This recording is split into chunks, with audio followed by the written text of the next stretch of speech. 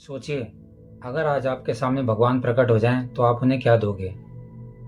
जैसा आजकल का समय चल रहा है तो कुछ लोग बोलेंगे भगवान एक सेल्फी हो जाए, तो कुछ लोग कहेंगे भगवान मेरा ये कुछ काम कर दो, तो कुछ लोग कहेंगे भगवान मेरे पड़ोसी को समझा दो। कुछ लोग दूध देंगे, कुछ नारियल, कुछ पानी, कुछ फूल, कुछ लोग अगरबत्ती, कुछ सोना, कुछ चांदी। कुछ लोग कहेंगे भगवान मैं आपको भक्ति दूंगा, मैं आपके नाम का मंदिर बनवा दूंगा। पर जरा सोचिए, क्या उन्हें इस चीज़ की ज़रूरत है? सोचिए, जिसने ये ब्रह्मांड बनाया, जिसने आपका मस्तिष्क बनाया, जिसे आपके बॉडी के हर पासवर्ड के बारे में पता हो, क्या उसे इन चीज़ों की ज़रूरत होगी? अब सवाल ये नहीं कि भगवान कब प्रकट होंगे, सवाल यह है कि आपके पास क्या है देने को।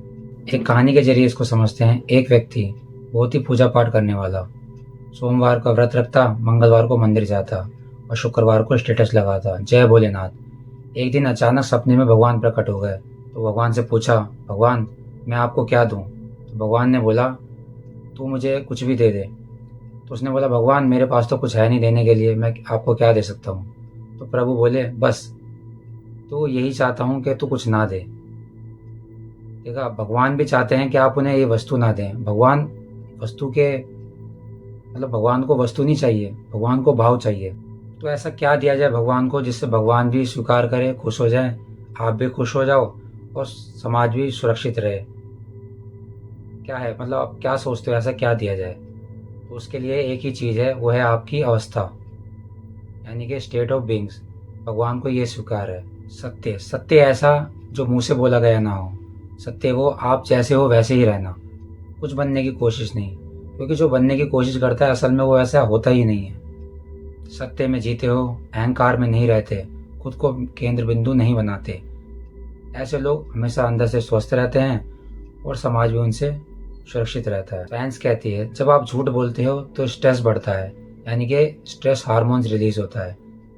इससे आपके इम्यूनिटी सिस्टम को वो कमज़ोर कर देता है। और जब आप सत्य में जीते हो तो वो हीलिंग मोड में चला जाता है। सत्य ही परमात्मा का पहला द्वार है।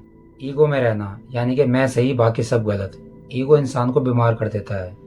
साइंस कहती है ईगो यानी कि स्ट्रेस, स्ट्रेस यानी कि बीपी, बीपी यानी कि बीमारी।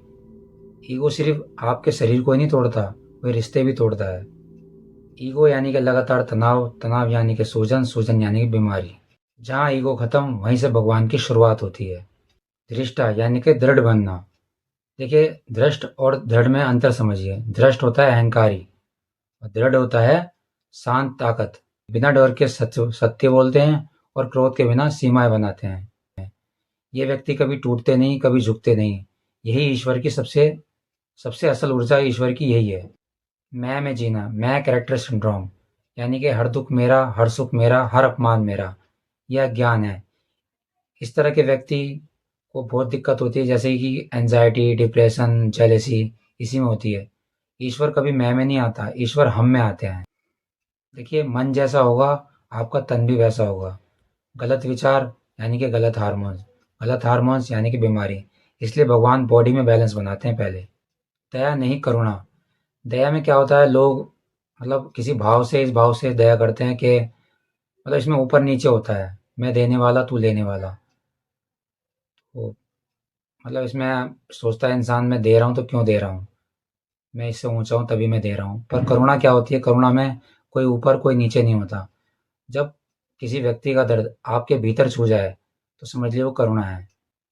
प्यार नहीं, प्रेम। प्यार जो होता है एक सौदा होता है, इसमें ये इस तरह का भाव रहता है कि मैं दूंगा तो मुझे क्या मिलेगा। प्रेम वह है जिसमें आपको मिले ना मिले, ना खोने का डर हो, ना पाने का गम, ना उसको अपना बनाने की लालसा। प्रेम का मतलब है बस होना, होना और उसमें बहना। एक्शन, एक्शन ऐसा नहीं जो पहचान बनाना चाहे, या एक्शन ऐसा नहीं जो अहंकारी हो। एक्शन ऐसा जो प्योर कॉन्शनेस हो। जिस दिन जिस जगह भी आपको ये महसूस हो कि मैं कोई व्यक्ति नहीं, मैं कोई नाम नहीं, मैं कोई धर्म नहीं, मैं कोई जाति नहीं, और आपका किए गया कोई भी कर्म मानवता की तरह बहे, तो समझ लीजिएगा कि भगवान ढूंढ नहीं रहे थे, भगवान प्रकट हो चुके हैं। कहाँ? आपके भीतर, आपके शरीर में। क्योंकि जो महसूस कर रहा है वही साक्षात प्रमाण है। जो अभी देख रहा है वही चेतना है, और जो इस वक्त सुन रहा है वही प्रमाण है। इसलिए उसे नाम देने की, उसे पूजे जाने की, उसे बनाने की ज़रूरत नहीं। वो है, यही भाव, यही अनुभूति भगवान है। तो अब सवाल ये नहीं कि भगवान कब प्रकट होंगे, अब सवाल यह है कि आप कब हटेंगे। जब आप हटेंगे, आपके अंदर का मैं हटेगा, तभी भगवान प्रकट होंगे। धन्यवाद।